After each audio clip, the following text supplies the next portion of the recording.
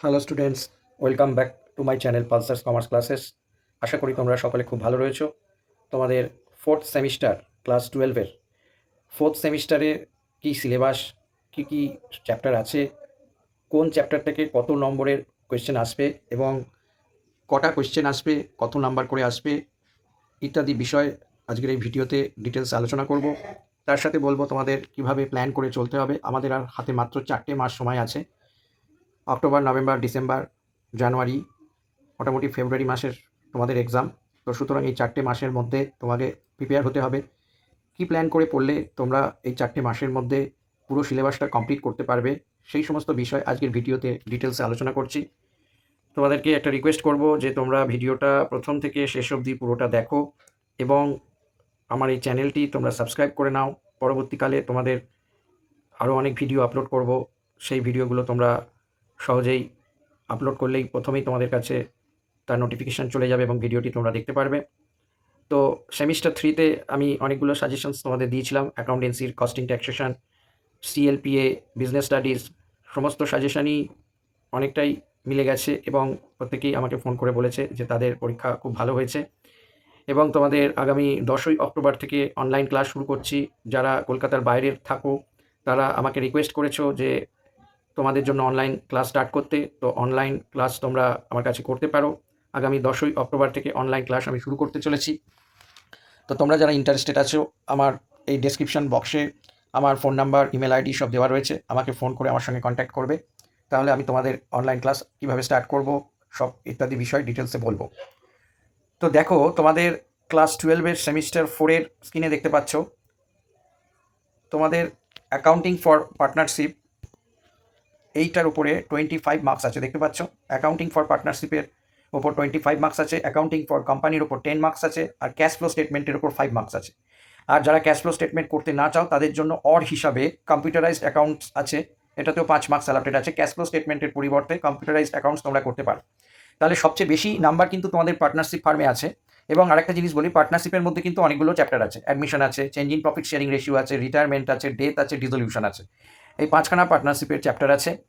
তো এইটা মিলিয়ে 25 মার্কস পার্টনারশিপের জন্য আছে, আর কোম্পানি অ্যাকাউন্টসের জন্য 10 মার্কস রয়েছে, আর ক্যাশ ফ্লো স্টেটমেন্টের জন্য 5 মার্কস আছে। এইভাবে তোমাদের 25 + 10 35 + 5 করে 40 মার্কস টোটাল এক্সাম হবে ফোর্থ সেমিস্টারে। এইবারে আসা যাক তোমাদের কীরকমভাবে কোয়েশ্চেন্স কীরকমভাবে আসবে। প্রথমে বলছে, দেখো স্ক্রিনে দেখতে পাচ্ছ রিমেম্বারিং অ্যান্ড আন্ডারস্ট্যান্ডিং। এইটাতে টোটাল 30% অর্থাৎ 30% মানে 12 মার্কস। এই 12 মার্কস আসবে রিমেম্বারিং অ্যান্ড আন্ডারস্ট্যান্ডিং থেকে। মানে তোমাকে নর্মাল জিনিসটা বুঝে, জিনিসটা রিমেম্বার করে মনে রেখে তোমাকে এই উত্তরটা দিতে হবে। এটা একটু সহজ টাইপের, কিন্তু এইখানে 30% অর্থাৎ 40-এ 30% 12 মার্কস আসছে। অ্যাপ্লাইং মানে হচ্ছে তোমাকে জিনিসটা পড়ে কনসেপ্ট বুঝে তোমাকে উত্তর দিতে হবে। এটাতে 50% অর্থাৎ 20 মার্কস এই অ্যাপ্লাইংয়ের কোয়েশ্চেন আসছে। আর analysing, evaluating and critical understanding মানে একটু হার্ড টাইপের কোয়েশ্চেন, এটা আসবে 20% অর্থাৎ 8 মার্কস। এইভাবে তোমাদের কোয়েশ্চেনের ওয়েটেজ রয়েছে। টাইপস অফ কোয়েশ্চেন্স বলে দিয়েছে। এবার হচ্ছে ওয়েটেজ টু ফর্ম কোয়েশ্চেন। কোন চ্যাপ্টার থেকে কত নাম্বারের কোয়েশ্চেন্স কটা আসবে তার ডিটেলসটা এখানে দিয়ে দিয়েছে, খুব ভালো করে একটু দেখো। অ্যাকাউন্টিং ফর পার্টনারশিপ, এখানে ডেসক্রিপটিভ মানে হচ্ছে একটু বড় কোয়েশ্চেন, বেশি মার্কসের কোয়েশ্চেন এবং একটু লেন্দি কোয়েশ্চেন যেটা আসবে, সেটা 2খানা কোয়েশ্চেন্স তোমাদের করতে হবে 5 মার্কসের। 2খানা কোয়েশ্চেন্স তোমাদের করতে হবে 5 মার্কসের, 5 2 10। একটা কথা বলি, তোমাদের কিন্তু এখানে কোনো অরের সিস্টেম নেই। 2খানা কোয়েশ্চেনই তোমাদের আসবে এবং এই 2খানাই 5 মার্কসের আসবে এবং 2খানাই তোমাদের উত্তর করতে হবে। তো 2 × 5 10 মার্কস আসছে বড় কোয়েশ্চেন। এখানে বড় কোয়েশ্চেন মানে 5 মার্কসই, 5 মার্কসের ওপরে কোনো কোয়েশ্চেন্স তোমাদের আসছে না। তারপরে এর সাথে শর্ট আনসার কোয়েশ্চেন্স আসবে। এটাতে 3টে কোয়েশ্চেন্স থাকবে 3 মার্কসের, 3 3 9, 9 মার্কসের কোয়েশ্চেন আসবে। 3টে কোয়েশ্চেন আসবে 3 মার্কসের, এর মধ্যে থিওরিও আসতে পারে, এমন নয় যে সবগুলো অঙ্কই আসবে। আর 3টে এসএকিউ টাইপ 1, এটা 3টে কোয়েশ্চেন আসবে 2 মার্কসের করে। তো 3 2 6। তা এইভাবে 10 + 9 + 6 করে 25 মার্কস তোমাদের পার্টনারশিপে আসবে। অ্যাকাউন্টিং ফর কোম্পানি, কোম্পানিতে দেখো ডেসক্রিপটিভ কোয়েশ্চেন্স একটাই আসবে 5 মার্কসের, তার সঙ্গে একটা এসএকিউ টাইপ 2, এটা একটা কোয়েশ্চেন আসবে 3 মার্কসের, আর একটা এসএকিউ টাইপ 1 একটা কোয়েশ্চেন আসবে 2 মার্কসের। তাহলে 5 + 3 + 2, এই নিয়ে কোম্পানি অ্যাকাউন্টস থেকে তোমাদের 10 মার্কস আসছে। এরপরে রয়েছে cash flow statement. Cash flow স্টেটমেন্টে একটাই কোয়েশ্চেন আসবে ডেসক্রিপটিভ, এটাতে একটাই কোয়েশ্চেন আসবে 5 মার্কসের, অর্থাৎ একটা ক্যাশ ফ্লো স্টেটমেন্ট তোমাদের করতে হবে 5 মার্কসের জন্য। এবার একটা কথা বলি, ক্যাশ ফ্লো স্টেটমেন্ট অনেকে তোমরা হয়তো করে ফেলেছো বা না করলেও পরে তোমরা করবে, কিন্তু জেনে রাখো ক্যাশ ফ্লো স্টেটমেন্টের মধ্যে 3টে স্টেপ আছে। একটা হচ্ছে cash flow from operating activities, আরেকটা হচ্ছে cash flow from investing activities, আরেকটা হচ্ছে cash flow from financing activities. তো আগে কি করতো, এই 3টে মিলিয়েই একটা কমপ্লিট অঙ্ক আসতো, কিন্তু এখন যেহেতু নাম্বারটা ছোট হয়ে গেছে, অর্থাৎ 5 মার্কসের বেশি কোয়েশ্চেন্স তোমাদের আসছে না, সেক্ষেত্রে হয়তো দেখা গেল একটা মানে ছোট্ট একটা অঙ্ক আসবে যে শুধু ক্যাশ ফ্লো ফ্রম ফাইন্যান্সিং অ্যাক্টিভিটিসটা করতে দিল, বা ক্যাশ ফ্লো ফ্রম অপারেটিং অ্যাক্টিভিটিসটা করতে দিল, বা ক্যাশ ফ্লো ফ্রম ইনভেস্টিং অ্যাক্টিভিটিসটা করতে দিল। এরকম একটা পার্টিকুলার ছোটো টাইপের অঙ্ক এখানে আসবে। 5 মার্কসে খুব বেশি লেন্দি কোয়েশ্চেন্স তোমাদের দিতে পারবে না, তার উপর তোমাদের ক্যালকুলেটর ইউজ করতে দেওয়া হবে না, সুতরাং আর টাইমও বেশি নেই, সেই 2 ঘন্টা টাইম থাকছে। তো সেক্ষেত্রে আশা করা যায় তোমাদের কোনো কোয়েশ্চেন্সই কিন্তু এবছরে যেটা থার্ড সেমিস্টারে হলো সেরকম ফোর্থ সেমিস্টারে আশা করছি করবে না। কোয়েশ্চেন্সগুলো ছোটোই আসবে, কিন্তু কনসেপচুয়াল আসবে, একটু বুদ্ধিদীপ্ত কোয়েশ্চেন, একটু ভালো প্র্যাকটিস, একটু ভালো কনসেপ্ট, একটু ভালো জার্নাল এন্ট্রিস, এগুলো কিন্তু তোমাদের শিখতে হবে। তো এইভাবে তোমাদের পার্টনারশিপ থেকে আসছে 25 মার্কস, অ্যাকাউন্টিং ফর কোম্পানি থেকে আসছে 10 মার্কস, আর ক্যাশ ফ্লো স্টেটমেন্ট থেকে আসছে 5 মার্কস। আর যারা ক্যাশ ফ্লো স্টেটমেন্ট করতে পারবে না বা করতে অনিচ্ছুক, তাদের জন্য রয়েছে কম্পিউটারাইজড অ্যাকাউন্টিং 2, সেক্ষেত্রেও একটাই কোয়েশ্চেন আসবে 5 মার্কসের। বোঝা গেল? এরপরে চলে যাই সেমিস্টার 4 এর ডিটেলস কি চ্যাপ্টার আছে, কোন কোন চ্যাপ্টার থেকে কী কী জিনিস আমাদের ডিটেলসে পড়তে হবে, স্ক্রিনে দেখতে পাচ্ছ। প্রথমে রয়েছে ইউনিট 1, যেখানে বলছে অ্যাকাউন্টিং ফর পার্টনারশিপ ফার্ম 2। এখানে প্রথমে শিখতে হবে change in profit sharing ratio among the existing partners, অর্থাৎ এক্সিস্টিং পার্টনারদের মধ্যে প্রফিট শেয়ারিং রেশিও চেঞ্জ হবে, এবং সেক্ষেত্রে তোমাদের স্যাক্রিফাইসিং রেশিও, গেইনিং রেশিও, এগুলো সব বার করা শিখতে হবে। Accounting for revaluation of assets and liabilities, assets and লাইবিলিটিসের রিভ্যালুয়েশনের কীভাবে করতে হয় সেটা শিখতে হবে। Treatment of reserves, accumulated profit and loss, accumulated profit loss reserves, এগুলোর কি ট্রিটমেন্ট হয় পার্টনারশিপ ফার্মে, সেটা আমাদের ভালো করে শিখতে হবে চেঞ্জ ইন প্রফিট শেয়ারিং রেশিওতে। এরপরে আছে admission of partner. Admission of পার্টনারে তোমাদের যেটা শিখতে হবে সেটা হচ্ছে effect of admission of a partner on change in profit sharing ratio. Profit sharing ratio change হলে অ্যাডমিশন অফ পার্টনারের কী চেঞ্জ হবে, গুডউইল ট্রিটমেন্ট অ্যাডমিশন অফ পার্টনারের ক্ষেত্রে কী হবে, revaluation of assets, revaluation of liabilities, treatment of reserves, এগুলো সব আমাদের শিখতে হবে। আচ্ছা, তারপরে accumulated profit and losses, adjustment of capital accounts and preparation of capital, current account and balance sheet, এইগুলো সব অ্যাডমিশন অফ পার্টনারের জন্য রয়েছে, এবং এটাতে তোমাদের সমস্তগুলোই কিন্তু গুরুত্ব দিয়ে খুব ভালো করে শিখতে হবে। ঠিক আছে? এরপরে রয়েছে রিটায়ারমেন্ট অফ পার্টনার। পার্টনারশিপটাই তোমাদের সবচেয়ে বড়। এই রিটায়ারমেন্টের মধ্যে এফেক্ট অফ রিটায়ারমেন্ট আর death of a partner. Retirement আর ডেথ কিন্তু দুটো এক নয়, দুটোর মধ্যে একটু তফাৎ আছে, কিছুটা এক কিন্তু পুরোটা এক নয়, তাই রিটায়ারমেন্ট আর ডেথ আলাদা করে তোমাদের শিখতে হবে। Change in profit sharing ratio, treatment of goodwill, treatment for revaluation of assets and reassessment of liabilities, adjustment of accumulated profit loss reserves, আচ্ছা, adjustment of capital account and preparation of capital and current account and balance sheet, preparation of loan account for the retiring partner, calculation of deceased partner share of profit till the date of death, preparation of deceased partner's capital account and his এক্সিকিউটার্স account. এই যেগুলো আছে, এই সব কথার treatment কিন্তু তোমাদের অবশ্যই শিখতে হবে, কোনোটা কিন্তু বাদ দেওয়া যাবে না। এবং প্রত্যেকটার জার্নাল এন্ট্রিস, আমি বারবার করে বলছি, অনেক ছেলেমেয়েই আছে যারা ওই ছক ওয়াইজ ডান দিক বাঁ দিক বসিয়ে অ্যাকাউন্টস কমপ্লিট করে, তাদের ক্ষেত্রে কিন্তু এইবারটা খুব মুশকিল হয়ে যাবে, কেননা প্রত্যেকটা ক্ষেত্রে জার্নাল এন্ট্রিস কী হয় সেটা কিন্তু তোমাদের যথেষ্ট গুরুত্ব দিয়ে শিখতে হবে। জার্নাল এন্ট্রিস কী হয় এইটাই অঙ্ক কিন্তু তোমাদের ওরকম ডান দিক বাঁ দিক করে হয়তো পুরো অঙ্ক খুব একটা দেবে না, বেশিরভাগই কয়েকটা কেস তুলে বলবে এর জন্য জার্নাল এন্ট্রিস কী হবে, এটা কোন অ্যাকাউন্টে ক্রেডিট করা হবে, কোন অ্যাকাউন্টে ডেবিট করা হবে, এইরকম ছোটো ছোটো অঙ্ক থাকবে যেখানে 2 কি 3টে জার্নাল এন্ট্রিস জাস্ট করতে হবে, কি একটা অ্যামাউন্ট ক্যালকুলেশন করে ধরো রিটায়ার্ড পার্টনারের ডিউজ কত সেটা বার করতে হবে, এইরকম কিন্তু ছোটোখাটো অঙ্ক এখানে আসবে। এরপরে রয়েছে ডিসলিউশন। ডিসলিউশনটা তোমাদের নতুন, এইটা আগে হায়ার সেকেন্ডারি সিলেবাসের মধ্যে ছিল না, এটা আগে বিকমে ছিল, এখন বিকম থেকে এই ডিসলিউশনটা নিয়ে আসা হয়েছে, এবং ডিসলিউশনের নর্মাল ডিসলিউশন পার্টটা পুরোটাই আছে। নেই যেটা, সেটা হচ্ছে ইনসলভেন্ট অফ এ পার্টনার নেই, আর পিসমিল ডিস্ট্রিবিউশন, এই দুটো নেই, এটাও ডিসলিউশনের দুটো পার্ট, এই দুটো নেই।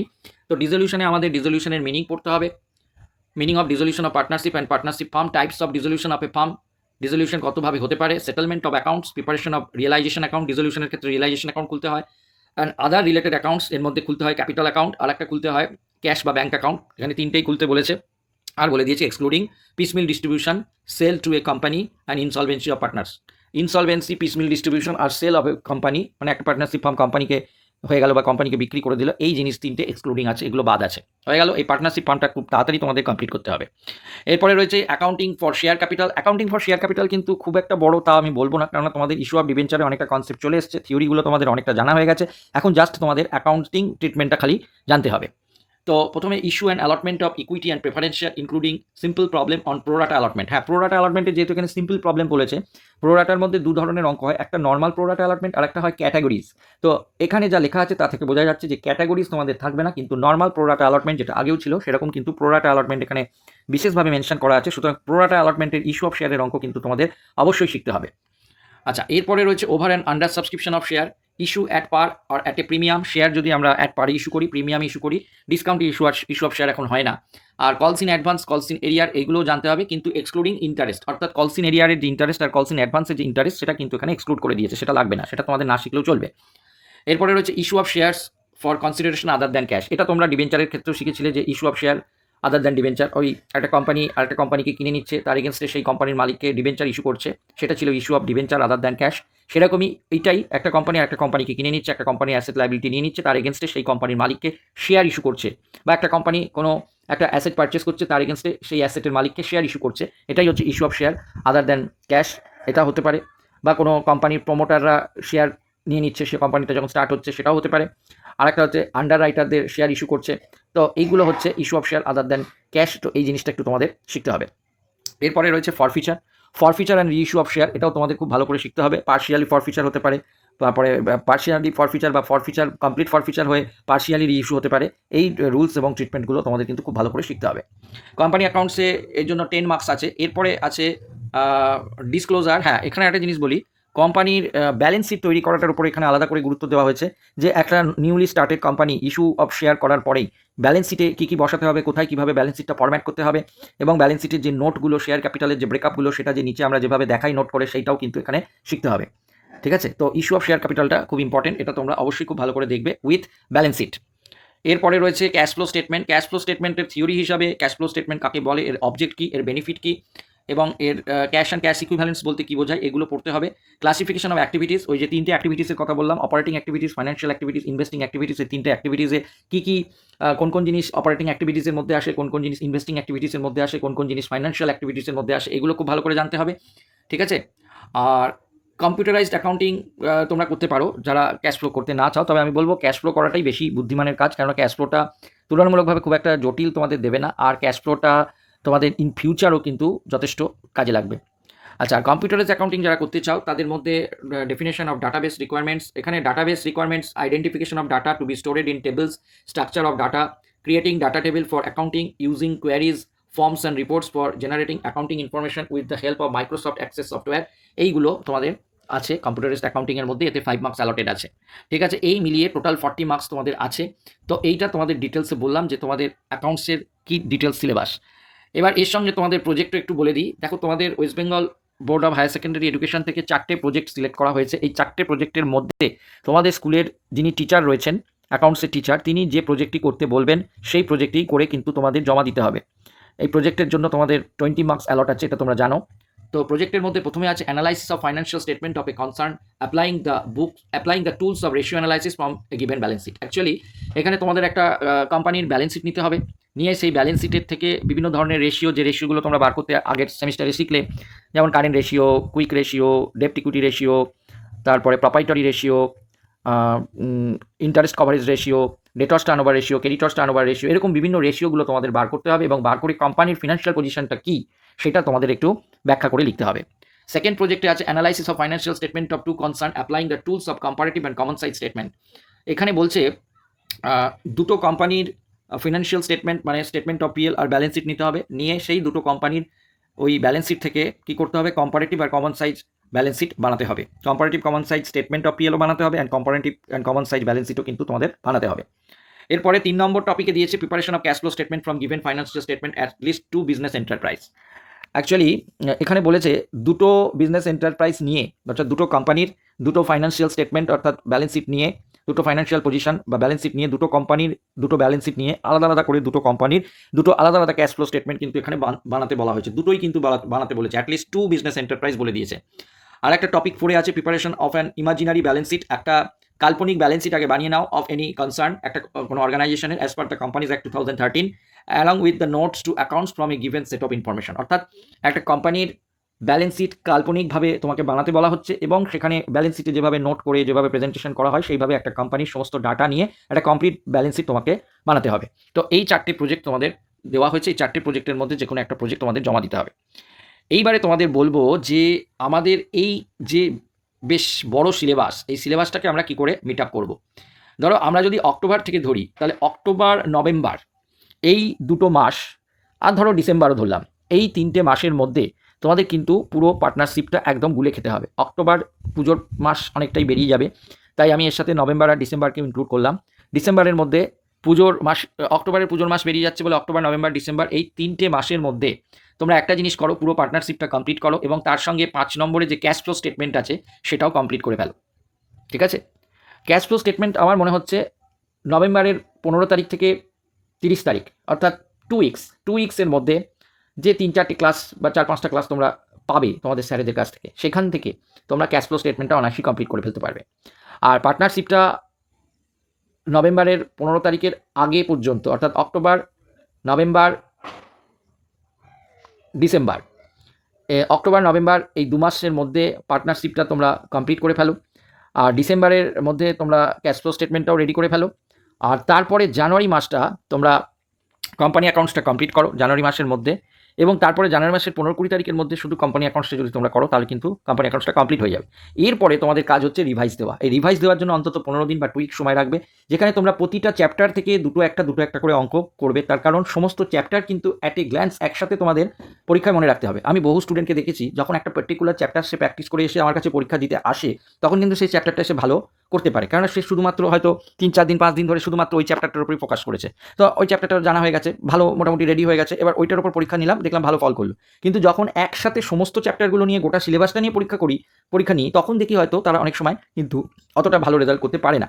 তখন তাদের যেহেতু ওভারঅল একসাথে পুরো চ্যাপ্টারটা মনে রাখতে হয়, তো তাই জন্য আমি তোমাদের অ্যাডভাইস করবো, তোমরা কিন্তু যখন প্র্যাকটিস করবে পার্টিকুলার একটা চ্যাপ্টার নিয়ে পড়ে থাকবে না। প্রত্যেক দিন প্রত্যেকটা চ্যাপ্টার থেকে, বা প্রত্যেক দিন সম্ভব না হলেও 1, 2, 3টে করে চ্যাপ্টার নিয়ে, ধরো পার্টনারশিপের অ্যাডমিশন, রিটায়ারমেন্ট আর ডেথ, এটার উপর 3টে অঙ্ক করলে একদিন, পরের দিনে কোম্পানির একটা অঙ্ক করলে, ক্যাশ ফ্লোর একটা অঙ্ক করলে, তারপরের দিন আবার একটা কোম্পানি অ্যাকাউন্ট করলে, একটা ডেথের রিজলিউশনের অঙ্ক করলে। তো এইভাবে ঘুরিয়ে ফিরিয়ে গোটা উইকের মধ্যে অঙ্ক কিন্তু প্রত্যেক দিনই প্র্যাকটিস করতে হবে। আর ক্যালকুলেটারে একদম হাত দেবেই না, ক্যালকুলেটারের কথা ভাববেই না। অনেক ছেলেমেয়েকে আমরা দেখেছি যখন অঙ্ক করে ভাবে একটু তাড়াতাড়ি হয়ে যাবে, আমি ক্যালকুলেটারে করে নিই, পরে যখন পরীক্ষায় করবো তখন আমি হাতে হাতে ক্যালকুলেট করবো। এটা আর এমন কি ব্যাপার?